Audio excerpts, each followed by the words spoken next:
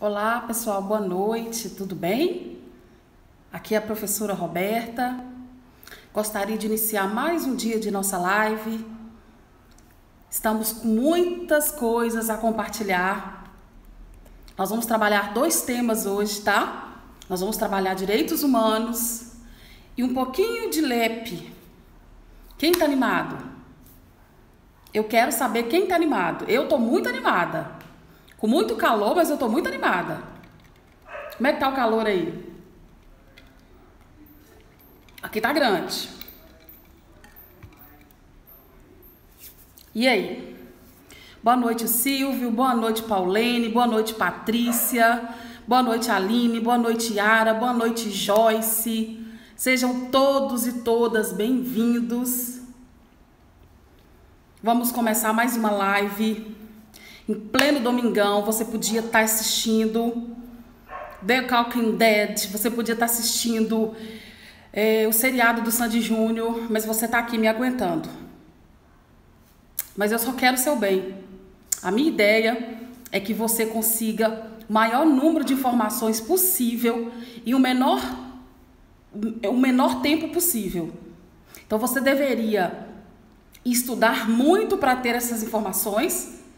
E a intenção da escola é que você estude pouco para ter todas as informações. Porque eu sei o que é ser mãe, eu sei o que é ser esposa, eu sei o que é ser filha, eu tenho 2 empregos, então vocês imaginam. Eu sei que não é fácil. Então a nossa ideia é trazer para vocês um material de excelência para que você saia na frente do seu concorrente. Aqui tá frio? Aonde, Aline, que você tá que tá frio? Aqui tá quente, olha a blusinha que eu pus para dar aula para vocês. Eu nem gosto de blusinha assim, mas estava muito quente. Eu optei por isso. Tá, com calor ou não, nós vamos fazer. Vamos lá. Então, o nosso primeiro momento, ei, Evelyn. Esse primeiro momento, a gente... Ah, Guanhães, é frio, é verdade. Que delícia, hein? Deve estar tomando um caldinho da mamãe. Ei, Franklin. Joyce, outra, eu tenho 2 Joyce. Joyce Thaís e Joyce Ribeiro. Vamos lá então. A nossa primeira live vai ser sobre direitos humanos. Nós vamos fazer uns 5 minutos de revisão e continuar nosso material. Nós não estamos atrasados porque nós temos live todos os dias.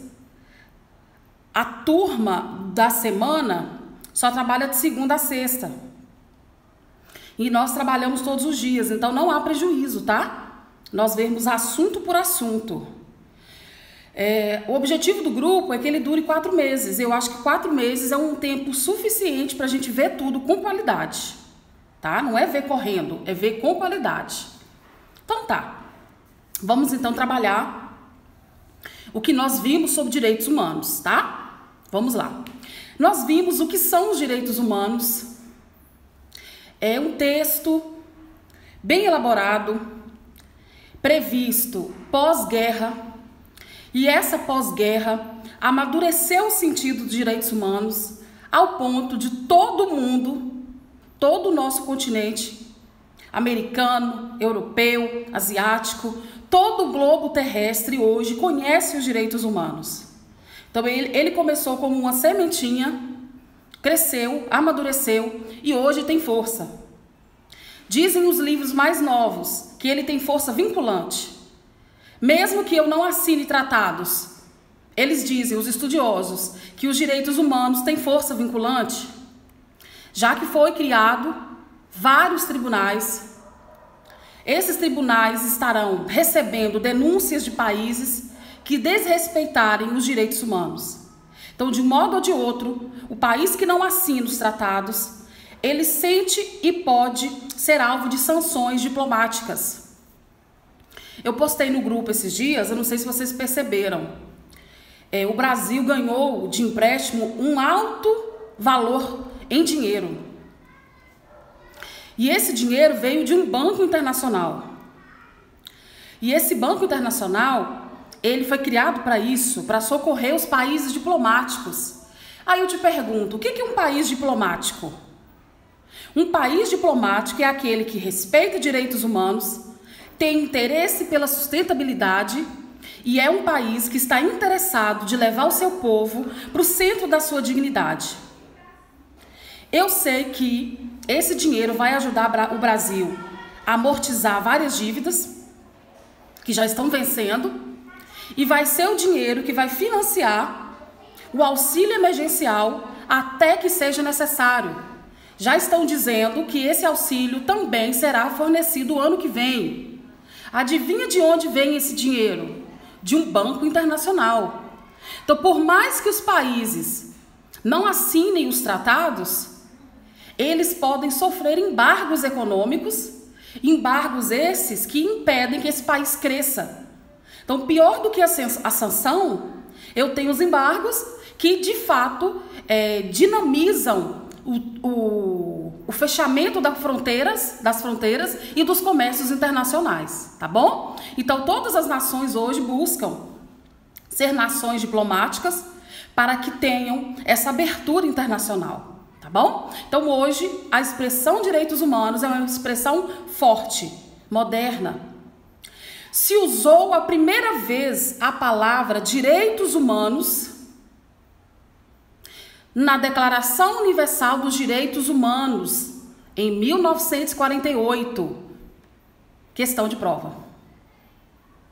Quando foi a primeira vez que se utilizou a expressão direitos humanos no sentido que ele tem hoje? Nós sempre falamos a palavra direitos humanos. Sempre. Na época pré-cristã, na época medieval, sempre houve a ideia de direitos humanos. Mas qual foi a primeira vez que essa palavra foi usada no sentido que ele tem hoje? Direitos humanos. Anota, sua prova vai perguntar.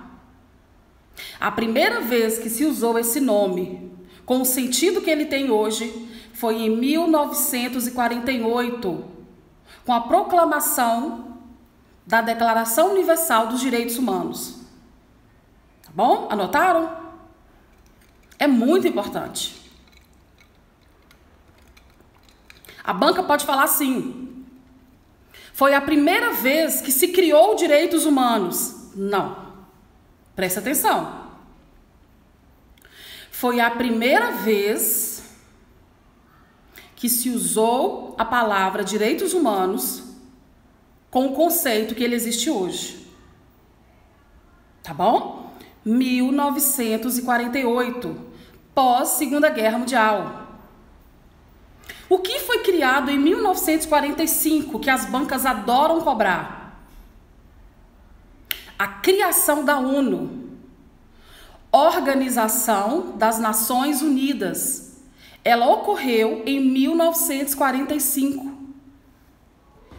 O mundo estava destroçado pela guerra e os países que sobreviveram àquele holocausto se reuniram e propuseram um novo romper, tanto legal quanto diplomático. Eles então formaram um bloco totalmente comprometido com a dignidade do ser humano. E aí nós temos total importância ao ser humano, porque um Estado forte não foi possível proteger o mundo da guerra. Então nós tiramos o foco do ser humano, do Estado, e passamos o homem para o centro. Por isso que existiu o período do iluminismo. O período do iluminismo foi justamente a época do humanismo. Foi quando eu tiro o Estado do centro das coisas, ele que manda em tudo, ele que coordena tudo, todos os recursos são em prol e para ele. A partir desse momento do iluminismo, humanismo, eu transfiro o homem para o centro e faço com que o Estado o permita usufruir dos seus direitos e o Estado o libera para, junto com a grande classe burguesa, possa ditar os novos passos e ordenar o cenário político. Então, a primeira fase dos direitos humanos, que a gente chama de primeira geração, ou primeira dimensão, que hoje é o mais usado, nós podemos chamar que é a fase que o Estado autoriza que o ser humano usufrua de direitos que ele não usufruía. O segundo momento, eu vejo o Estado voltando, mais do que voltando, a comunidade precisa da atuação dele e ele, através de políticas públicas, consegue trazer um pouco de igualdade diante de um cenário de mazelas sociais. E num terceiro momento, eu vejo o homem saindo do centro e a comunidade entrando no centro. Eu não estou mais preocupada com o ser humano no seu modo individual. Eu já volto a me preocupar com a comunidade de um modo geral. Quando nasce o lema da fraternidade, amar o meu próximo. Então, a terceira geração, dimensão dos direitos, vai ser justamente o momento em que a comunidade é o centro dos direitos. E aí nasce o lema da fraternidade, onde eu devo amar o meu próximo como a mim mesmo. Tá bom, pessoal? Então, dentro dessa perspectiva, nós vimos várias datas, né? Vimos a data da criação da ONU, vimos a data da criação da própria declaração, e eu quero que vocês anotem. A banca vai perguntar para vocês quem proclamou a Declaração Universal dos Direitos Humanos. Você sabe? Você sabe dizer isso? Boa noite, Flavinho. Boa noite, André. Boa noite, Matheus. Sejam bem-vindos. Estamos aqui bem animados, com muito calor, mas bem animados.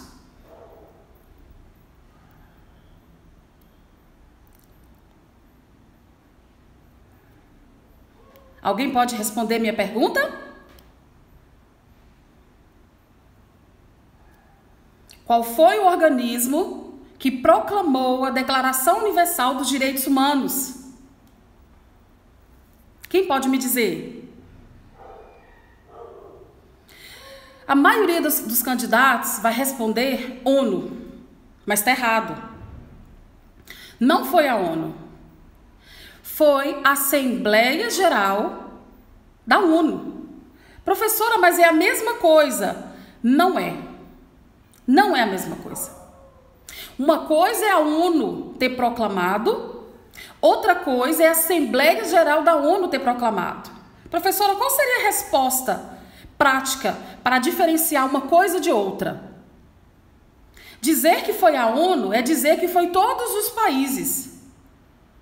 Dizer que foi a Assembleia é você estabelecer que o órgão próprio que trata dos assuntos jurídicos se envolveu nesse projeto e concluiu. Então, a ONU, através da sua Assembleia Geral Constituinte, proclamou a Declaração dos Direitos Humanos. Tá bom? Então, essa proclamação trouxe uma carta de recomendação. Espera aí só um minutinho, tá? Tem uma pessoa buzinando aqui, tá atrapalhando. Só um minutinho.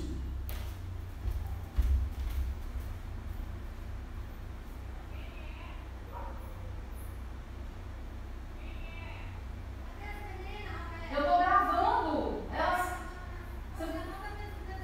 Eu tô gravando, liga pra elas.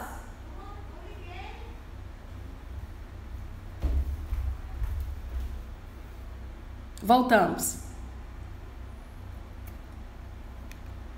Nem sei onde é que eu parei. Nossa Deus, misericórdia. Tanta buzina que eu fiquei apavorada. Vamos lá. Onde eu estava, quem sabe?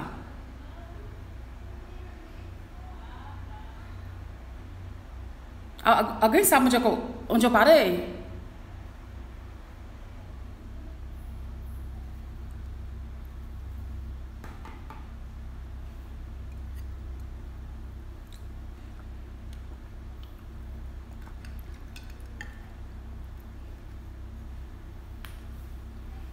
Isso, a Assembleia da ONU.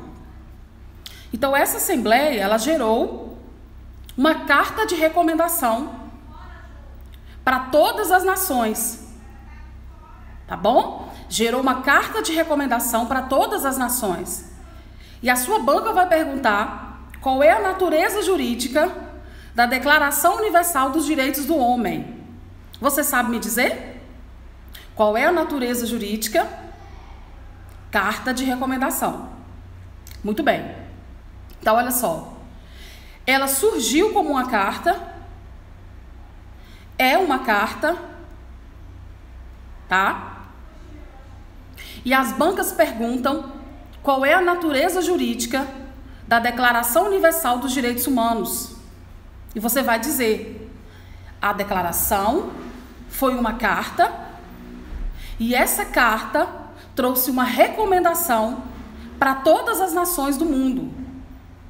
Então, todos os novos países que foram criados, eles tiveram a chance de se inspirar nessa carta de 1948. Então, todo novo país que surge, toda nova nação que surge, ela tem e busca a independência nacional, buscando se inspirar na Declaração Universal dos Direitos do Homem. Nossa, Deus. Estou tentando me concentrar aqui, mas está difícil. Sofia, você pode avisar que eu estou gravando aí, por favor? Tá bom. Faz parte, né? Eu não vou nem comentar, mas tudo bem. Então, essa carta de recomendação, ela vai ser perguntada em prova sobre sua natureza jurídica. E nós sabemos que a natureza jurídica não é de força de lei. É uma natureza que envolve recomendação. Tá? Então, ela não vai forçar os países ao seu cumprimento. Ela vai gerar uma recomendação para todas as nações. E os embargos econômicos vêm punindo esses países que não querem respeitar. Nós temos 2 exemplos de países que foram punidos, mesmo não tendo assinado essa declaração. Vamos falar de 2 exemplos. Nossa, eu estou tentando acalmar até agora, meu coração está disparado. Isso tudo era para chamar alguém. Tudo bem. Desculpa, gente. Acho que vocês me entendem, né? Eu achei que ia derrubar a casa.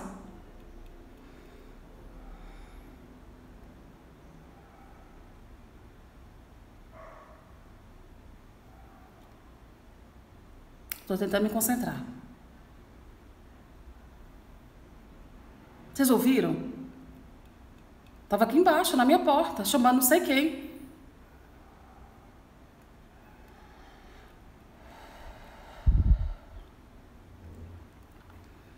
Eu vou dar exemplo de 2 casos de punição de países que não obedeceram os direitos humanos.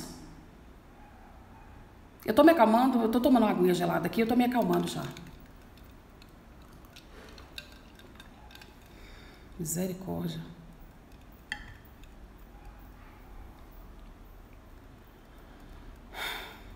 Dois casos, e esses casos são bem famosos. O primeiro caso foi o caso do Saddam Hussein. Ele foi um ditador, ele foi condenado por crimes humanitários, ele foi capturado, julgado, sentenciado e executado em razão de ter sido o mandante de diversos crimes humanitários. Então, o país dele não obedecia o tratado, não estava assinado com a ONU a declaração, mas ele mesmo assim foi capturado, detido, julgado, sentenciado e executado. Outro caso foi o caso do Bin Laden. O Bin Laden, após o ataque às Torres Gêmeas, ele assumiu o ataque, né? São crimes humanitários, e ele foi perseguido, capturado, julgado, sentenciado, morto e executado. Tudo isso por crimes de guerra, crimes humanitários, genocida, né? Por matar um grande número de pessoas. E por último também tivemos o Chile, o Pinochet. Ele foi também julgado por crimes humanitários, mesmo que nenhuma posição favorável a nenhum outro tratado que diga direitos humanos. Tá bom, pessoal? Então vamos continuar. Então nós temos diversos tribunais ao qual o Brasil respeita e está sob jurisdição. E os países estando sob jurisdição ou não, o país que desrespeitar a lista de direitos humanos pode ser punido. Ok. Então vamos caminhar mais um pouquinho? Então vamos lá. E eu te pergunto, o que eu preciso para buscar um tribunal internacional? Então a ONU foi criada e junto com ela foram criados vários organismos. Um dos organismos é o FMI, Fundo de Monetário Internacional. Um banco onde todas as nações poderão pegar empréstimo para ter um respirar diante de dívidas e crises econômicas. Nós também tivemos a Organização Internacional do Trabalho, junto com a ONU.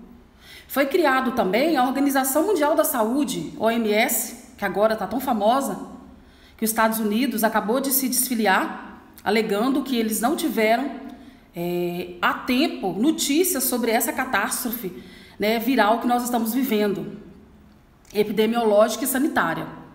Os Estados Unidos se desvinculou, mesmo sendo o país estrela da ONU, ele se desvinculou da Organização Mundial da Saúde, alegando que ele não foi avisado a tempo sobre essa catástrofe sanitária. E nós também temos os tribunais penais internacionais.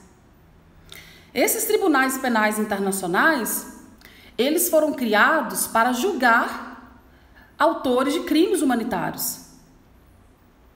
Então nós temos o caso mais famoso no Brasil, é o caso Maria da Penha. Maria da Penha é uma mulher doméstica, dona de casa. Doméstica não porque trabalha no lar. Doméstica porque ela era uma mulher, dona de casa, mãe. E ela foi vítima 2 vezes de tentativa de homicídio pelo seu companheiro. Ela aguardou durante 20 anos que esse companheiro fosse ao menos preso, julgado pelos seus 2 crimes. Depois de 20 anos aguardando, o Brasil não deu nenhuma satisfação jurídica para ela. Então ela resolveu denunciar o Brasil na Organização Interamericana dos Direitos Humanos. E nós temos um Tribunal Internacional Interamericano. Ele tem sede em Washington, Estados Unidos. A senhora Maria da Penha foi lá pessoalmente, denunciou o Brasil. E o Brasil foi condenado a pagar uma multa milionária e a produzir, dentro do prazo de 6 meses, uma lei que protegesse a mulher no ambiente doméstico. E o Brasil ficou com uma sensação de exposição completa da sua mazela, porque o mundo não conhecia esses dados de assassinatos de mulheres. E o Brasil ficou em descrédito no cenário internacional, porque isso era dito e colocado debaixo do papel. Ninguém gostava de falar nesse assunto, mas quando a denúncia chegou na Corte Interamericana de Direitos Humanos, isso veio à tona e o Brasil ficou com crise diplomática. Tudo já se resolveu. Hoje o Brasil voltou a ficar nos holofotes.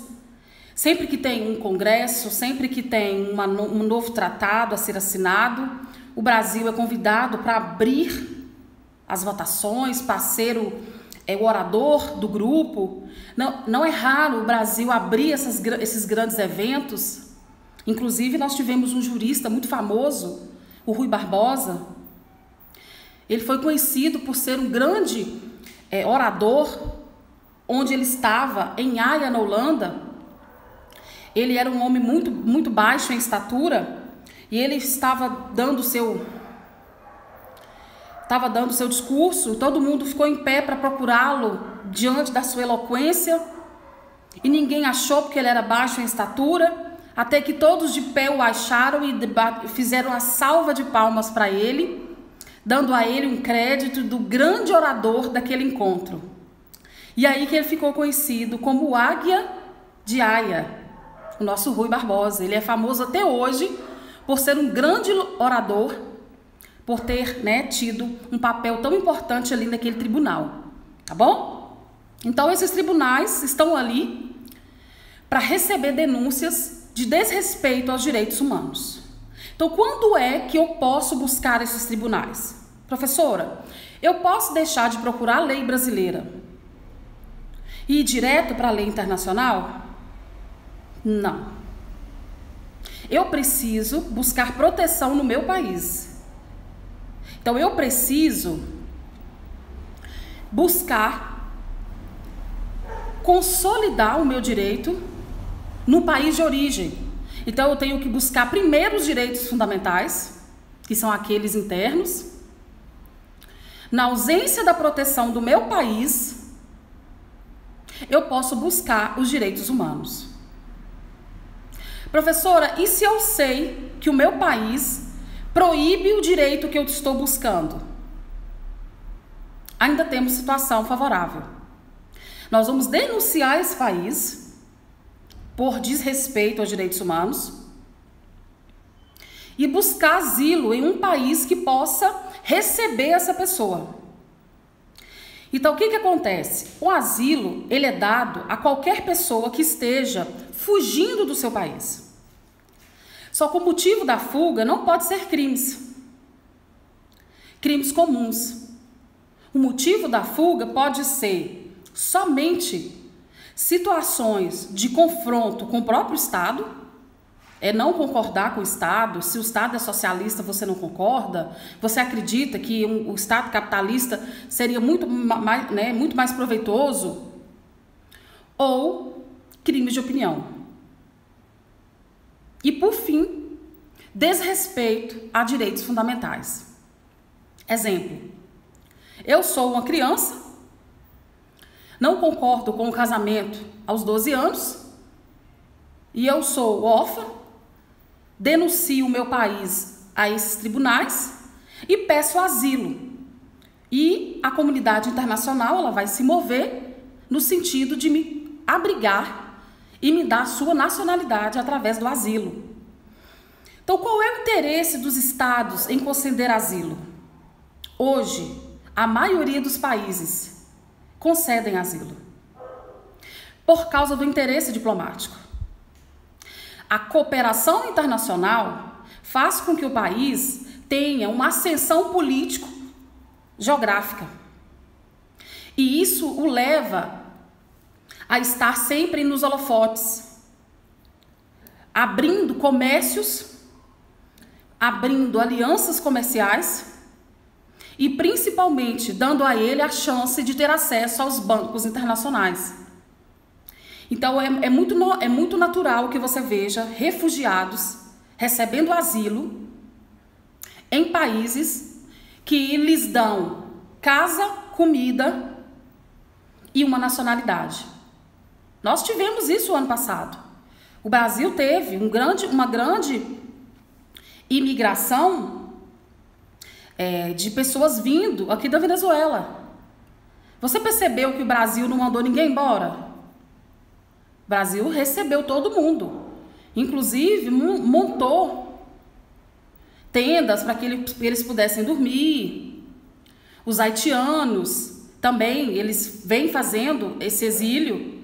E o Brasil recebe essas pessoas justamente porque ele, em cooperação internacional, ele tem o hábito de fornecer asilo. Então, você tem que ir levar isso para sua prova. O asilo é concedido a fugitivos que são perseguidos em razão dos direitos fundamentais desrespeitados ou por crimes de opinião. Tá bom? Por exemplo, alguém que é contra o governo lá na Coreia xinga o presidente. E lá é pena de morte se você ofender o presidente. E essa pessoa denuncia a pena de morte por causa de uma opinião e um país estrangeiro concede asilo e essa pessoa vem através do avião próprio desse país que concede asilo e vai embora. Tá bom? É mais ou menos por aí. Então, eu preciso primeiro buscar as leis do meu país para depois buscar as leis internacionais. Eu não posso primeiro denunciar num tribunal internacional porque o meu país pode e deve me proteger. Na ausência dessa proteção, é que eu estou autorizado a denunciar o meu país nos tribunais internacionais, porque eles estão lá de forma subsidiária. Se você quiser anotar, pode anotar, tá bom? Os tribunais internacionais estão lá à disposição de forma subsidiária. Então, o que é estar lá de forma subsidiária? É estar lá após o fim da procura no meu país. Se eu não tiver proteção no meu país, subsidiariamente, eu posso fazer isso. Tá bom, pessoal? Vocês estão notando? Eu vou dar uma pausa para vocês anotarem.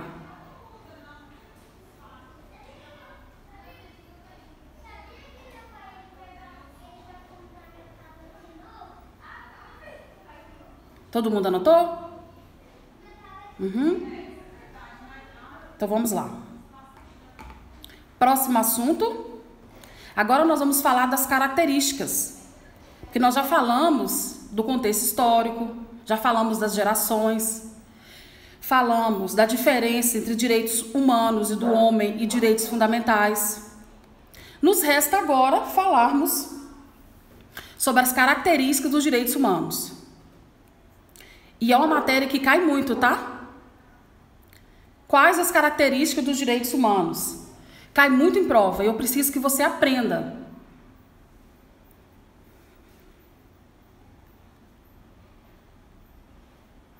Quem tiver com o material aberto,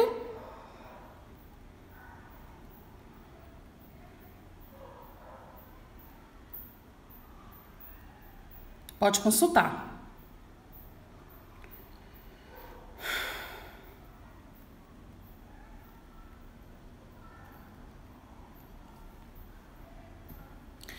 Então, como características, nós temos diversas. Dependendo da apostila que você tiver, você vai ver tanta característica que você vai ficar perdido. Então, o que nós vamos combinar? Você vai estudar só as características que eu passar. Porque eles inventam tantas que não é necessário. Muitas vezes é a mesma coisa, só que eles arrumam outro nome. Então, nós não vamos trabalhar com outro material, somente o material que a escola adotou para você. É o suficiente, você pode confiar que é o suficiente. Então, são diversas características. Uma das características é a historicidade. O que é a característica da historicidade? Você já deve ter visto no nosso material. O direito nasce, se modifica, e esses direitos se amadurecem.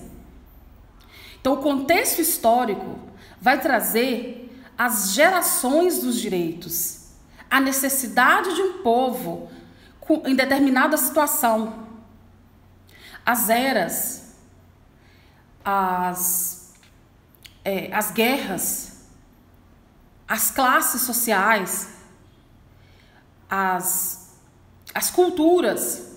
Então, tudo é muito mutátil, certo? A cultura, ela é sazonal. A ética, a moral, em determinada circunstância. Então, de era em era, nós temos outras perspectivas e buscamos novos direitos. Não dando a entender que nós vamos desfazer dos direitos antigos. A ideia é acrescentar novos direitos e que eles existam ao mesmo tempo e que nós possamos adotá-los e usufruí-los ao mesmo tempo. Então, nós tivemos por diversos anos 3 gerações. Agora, nós temos a 4ª e a 5ª geração.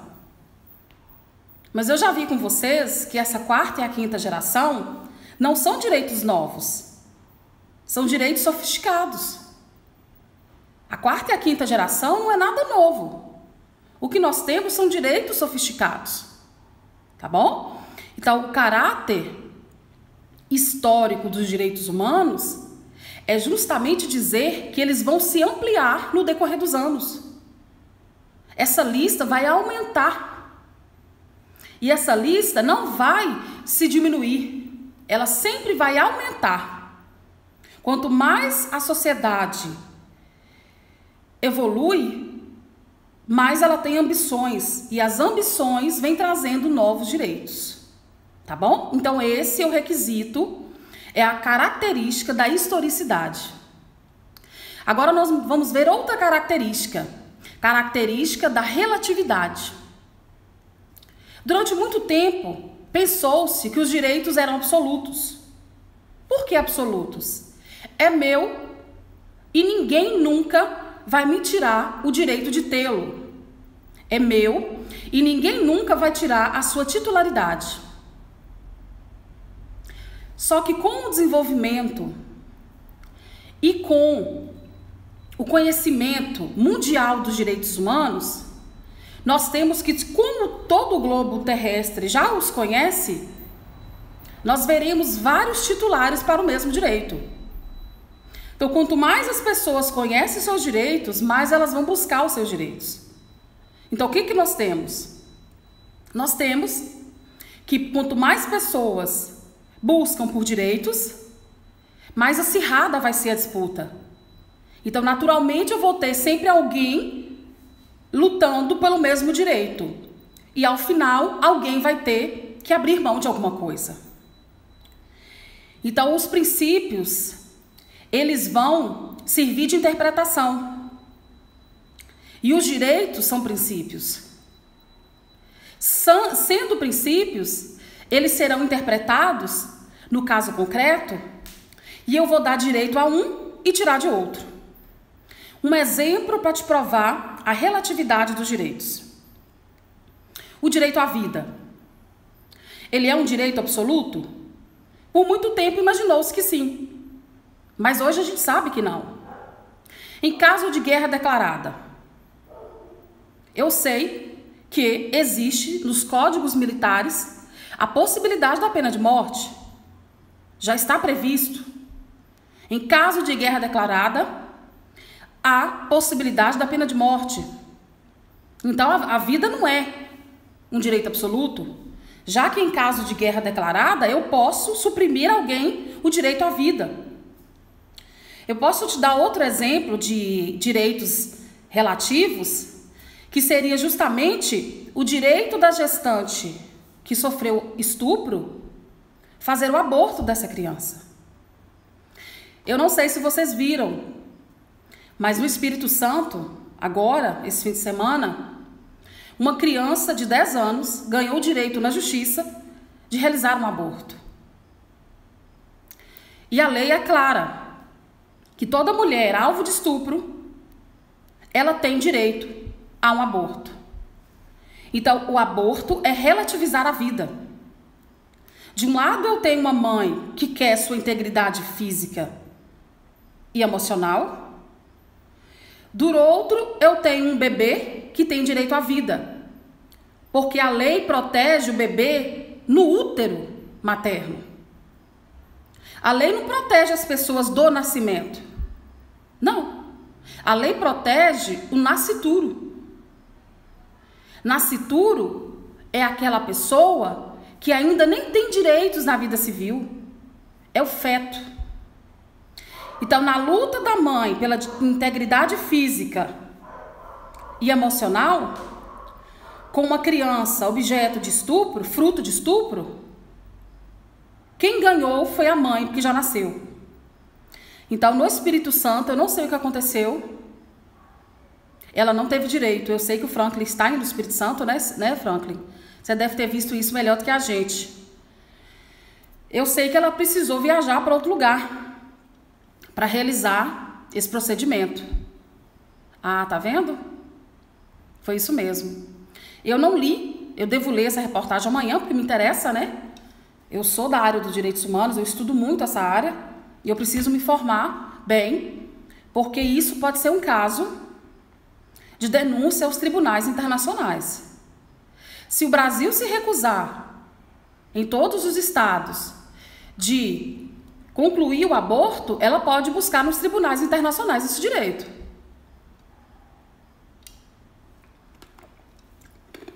Tá bom, pessoal? Então, como característica, nós vamos ter a universalidade. O que é a característica da universalidade? É estabelecer que todos os direitos humanos são universais. Para as pessoas que estão dentro dos países que assinaram ou não. Basta a ausência de proteção do seu país para que você procure os tribunais internacionais e faça a sua denúncia. Tá bom? Então, esse é o critério da universalidade. Ele serve a todo mundo, basta ter nascido ser humano, independente de condição racial, social, política, filosófica ou econômica, e nem cultural. Cai muito na sua prova assim. Em determinados lugares, em razão da cultura, esse direito aqui não é um direito disponível. Não, não é assim. Não importa o lugar, não importa a cultura. Os direitos humanos são para todos os humanos. Tá bom? E temos também uma característica nova. Nova, por que nova? Ela vem sendo falada desde 2015. E eu, por acompanhar as provas, em 2018, eu dei para os alunos. E exatamente isso caiu na prova. Quem tinha o material da nossa escola acertou essa questão. Na prova perguntava o que é inexorabilidade. Inexorabilidade é dizer que eles nunca se exaurem. Exaurir é acabar. Então, inexorabilidade é estabelecer que os direitos são listas sempre que crescem e nunca que diminuem. Eles não se esgotam. Eles estão sempre se renovando e se acrescentando a outros direitos. Essa é a característica da inexorabilidade. Então, em 2018, eu já tinha visto em prova, passei para os meus alunos e eles acertaram para nossa alegria. E outra característica é a característica da essencialidade. O que seria isso? É dizer que o direito humano é inerente à própria condição do humano. É estabelecer que sem direitos a humanidade já tinha sido dizimada por ela mesma.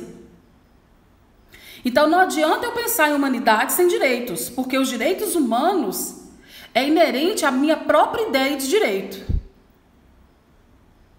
Ok? E também tem o princípio da imprescritibilidade. O que é prescrição? Prescrição é dizer que os direitos têm data certa para acabar. E eu estou te dizendo que os direitos humanos são imprescritíveis. Colocá-los como imprescritíveis é estabelecer que eles nunca podem morrer. Já que eles são inexauríveis, eles nunca vão acabar. E pela imprescritibilidade eu estabeleço que eles nunca podem morrer. Durante toda a minha vida eu posso acessá-lo. Exemplo. Eu, 18 anos, me alistei em uma guerra e lá eu fui vítima de crimes de guerra. Fui mutilada, torturada. Mas eu resolvo não denunciar. Aos meus 90 anos, eu pensei melhor sobre o assunto e resolvi promover a denúncia dos crimes de tortura que eu sofri durante a guerra. Não pode, já passou, já prescreveu. Direitos humanos não prescrevem. Durante toda a minha existência, eu posso usufruí-los e pedir proteção ou reparação em caso de desrespeito. Tá bom? Alguma dúvida vocês podem perguntar. Outra característica é da inalienabilidade. Ser alienável é estabelecer que eu não posso transferir a ninguém. Ele é meu e eu não posso dizer para alguém, ó, fique com ele, porque eu não quero. É meu e só eu posso usufruir? Ou é meu e eu não usufruo? O que eu não posso é transferir. Vamos para um exemplo? Vamos. O que é o exemplo de inalienabilidade? É não poder vender. Eles não têm cunho patrimonial, eu não posso vendê-los. Eles não têm valor econômico. Eles são indisponíveis. Exemplo. Eu entro num desses bazar online e falo que por R$2.000, eu autorizo que alguém me dê uma surra. Oi? Como assim? A integridade física é algo que eu não posso abrir mão. O Estado vem para me proteger. Então eu não posso dar a alguém a minha integridade física nem em troca de dinheiro. Se a pessoa comprar, me pagar, e depois essa pessoa que me deu a surra vier a ser condenada, essa pessoa não pode falar, mas ela me deu. Como assim te deu? Não tem valor econômico, não pode ser dado. Então tudo que é inalienável não pode ser dado, vendido e nem emprestado. Tá tudo bem aí com a conexão? Pode me falar aí, por favor. Se tá tudo bem com a conexão.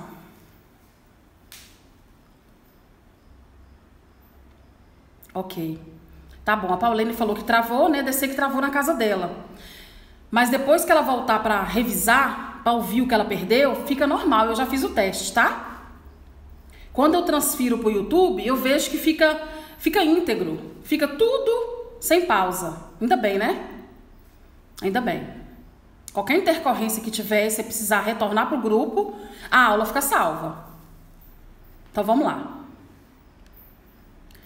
Dentro das características, nós vamos trabalhar agora a característica que parece muito, mas não é. Tá, que bom, Aline. Então vamos lá. Então em Guaianha está tudo bem, né? Apesar do frio. O frio e a canjinha. Vamos lá. Nós trabalhamos inalienabilidade, é que não pode transferir.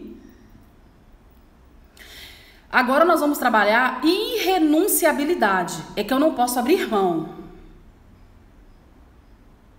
Uma coisa eu não posso dar. Outra coisa eu não posso usufruir. Irrenunciável é algo que é meu e eu preciso usar. O Estado fala, não, é seu e você tem que usar. Vamos te dar 2 exemplos? Vamos.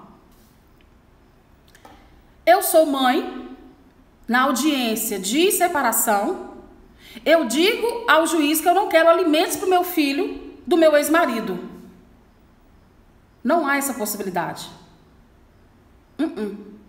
Por mais ódio que eu tenha do meu ex-marido, direito a alimentos é irrenunciável. É dele. E ele precisa receber. Ah, mas eu não quero R$1 desse ex-marido. Juiz, eu não quero. Não tem problema. O que o promotor vai fazer? Ele vai abrir uma conta em nome da criança, com o CPF da criança. E essa criança, aos 18 anos, poderá sacar esse dinheiro e fazer com ele o que ela quiser. Mas até os 18, o pai tem a obrigação de todo mês postar. Porque direito a alimentos é irrenunciável. Tá bom? Eu não vou dar outro exemplo, senão eu não consigo terminar a aula. Mas se você não entender, você pode me chamar no grupo que eu te ajudo. E existe o princípio da vedação ou retrocesso. Atualmente, esse princípio é o mais famoso. Por que é o mais famoso? Nós estamos vivendo a era do retrocesso. A era onde nós estamos lutando por paz e saúde. O ano passado, nós desejamos um 2020 de muita riqueza. Esse ano, nós estamos desejando sair de casa, ir para a escola, ir para a igreja, abraçar, tomar banho de piscina, ir numa praia, fazer caminhada. Então, nós estamos numa era de retrocesso. O que seria esse retrocesso? Retrocesso é você voltar ao início de tudo. Lá onde os direitos mínimos seria o sonho da humanidade. Então, a característica da vedação ao retrocesso é estabelecer a inexorabilidade desses direitos. Se eles nunca se esgotam, se eles não morrem, se eles não prescrevem, eu nunca vou perdê-los. Se eu nunca vou perdê-los, eu não posso voltar atrás. Então, eu preciso vedar o retrocesso. Então, de tempos em tempos, o mundo passa por eras onde o retrocesso bate à nossa porta. E nós precisamos de instituições fortes, de algo buscado por todos os nacionais e por todos os internacionais. Então, os direitos humanos, eles não podem morrer, porque eles são condição da própria essência do ser humano. Sem os direitos humanos, eu acredito que nós já teríamos dizimado a raça humana. Haja vista o nosso despreparo pela compaixão, a nossa dificuldade de olhar o outro, a nossa pequenez de não entender que o outro também precisa ter direitos. E também que o grupo mais influente do mundo entenda que a riqueza deles é às custas da nossa própria miséria. Como, por exemplo, eu gosto de Instagram, mas o meu Instagram só tem coisas educativas, material didático, notícia, mapas mentais. Eu estou sempre atualizada pelo meu Instagram.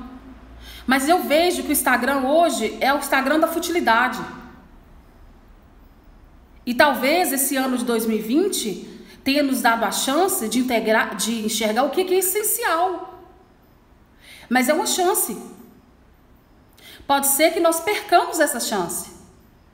A futilidade ela é tão grande, tão profunda, é uma erva tão daninha, que mesmo diante de uma calamidade igual essa que nós estamos vivendo, parece que ninguém está enxergando.